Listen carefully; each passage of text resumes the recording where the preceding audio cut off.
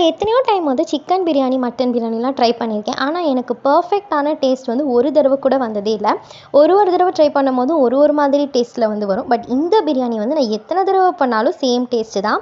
So அது என்ன அப்படின்னா ப்ரான் பிரியாணி தான். ஸோ இந்த பிரியாணி பண்ணுறதுக்குனே ஒரு ப்ரொசீஜர் இருக்குது. இது பண்ணுறதுக்கு வந்து ஃபர்ஸ்ட் நான் வந்து ப்ரானை வந்து நல்லா க்ளீன் பண்ணிட்டு, அதில் வந்து ஜிஞ்சர் கார்லிக் பேஸ்ட் ஆட் பண்ணிட்டு, மிளகாய்த்தூள், அப்புறம் காஷ்மீர் ரெட் சில்லி பவுடர், மஞ்சள் தூள், உப்பு ஆட் பண்ணிட்டு இதை நல்லா மேரினேட் பண்ணிட்டு தனியாக எடுத்து வச்சுக்கிறேன். இந்த ப்ரானை வந்து ஃப்ரை பண்ணுறதுக்கு ஒரு இரும்பு கடாயில் வந்து எண்ணெய் ஆட் பண்ணிட்டு இந்த ப்ரானை சேர்த்துக்கோங்க. தண்ணி எதுவுமே சேர்க்க வேண்டாம். ப்ரானில் வர தண்ணியே வந்து கரெக்டாக இருக்கும். மீன்வேல் நான் இன்னொரு கடாயில் வந்து நம்ம பிரியாணி தாளிக்கிற மாதிரி எப்பயும் போல் தாளித்து வச்சுருக்கேன். இதோட மெஷர்மெண்ட்ஸ் வந்து என்ன அப்படின்னா, எண்ணெய் ஆட் பண்ணியிருக்கேன், தேங்காய் எண்ணெய் தான்.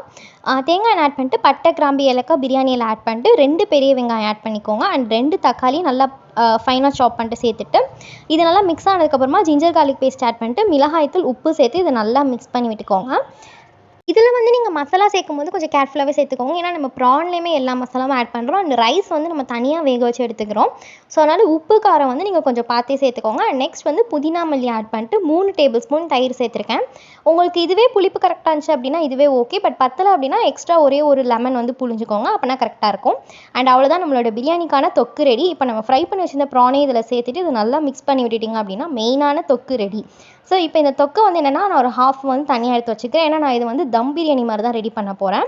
ஸோ இப்போ தனியாக வந்து ரைஸ் வந்து வடித்து வச்சுருந்தேன். இந்த மாதிரி நல்லா உதிரியாக வந்து ஒரு 70% வெந்த மாதிரி எடுத்துக்கோங்க. அப்போ தான் உங்களுக்கு வந்து குலையாமல் நல்லா உதிரியாக வரும். ஃபர்ஸ்ட் வந்து கீழே வந்து நம்ம அந்த தொக்கில் வந்து ஸ்ப்ரெட் பண்ணிவிட்டு அதுக்கு மேலே பிளெயின் ரைஸ் ஆட் பண்ணிட்டு ப்ரான் ஃப்ரை பண்ணி இந்த கடாயோட எண்ணெய் கொஞ்சம் இருந்தது, அதுலேயும் ரைஸ் போட்டு லைட்டாக மிக்ஸ் பண்ணிட்டு அதையும் நான் ஆட் பண்ணியிருக்கேன். அண்ட் நம்ம பேலன்ஸ் எடுத்து வச்சுருந்தா அந்த மீதி தொக்கையும் ஆட் பண்ணிவிட்டு இதையும் நல்லா ஸ்ப்ரெட் பண்ணி விட்டுட்டு இதுக்கு மேலே பேலன்ஸ் இருந்த ரைஸையும் சேர்த்துட்டு எக்ஸ்ட்ரா கொஞ்சம் ஃபுட் கலர் ஆட் பண்ணியிருக்கேன். ஃபுட் கலர் வந்து ஆப்ஷனல் தான், நீங்கள் அதுக்கு பதிலாக சாஃப்ரான் மில்க் கூட சேர்த்துக்கலாம்.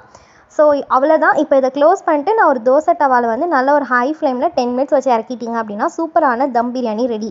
இந்த மாதிரி ஒரு மெத்தடில் வந்து ப்ரான் பிரியாணி கண்டிப்பாக ட்ரை பண்ணி பாருங்கள். செம்ம டேஸ்ட்டாக இருக்கும். இது நம்ம நார்மலாக சாப்பிட்ற பிரியாணி மாதிரி இருக்காது.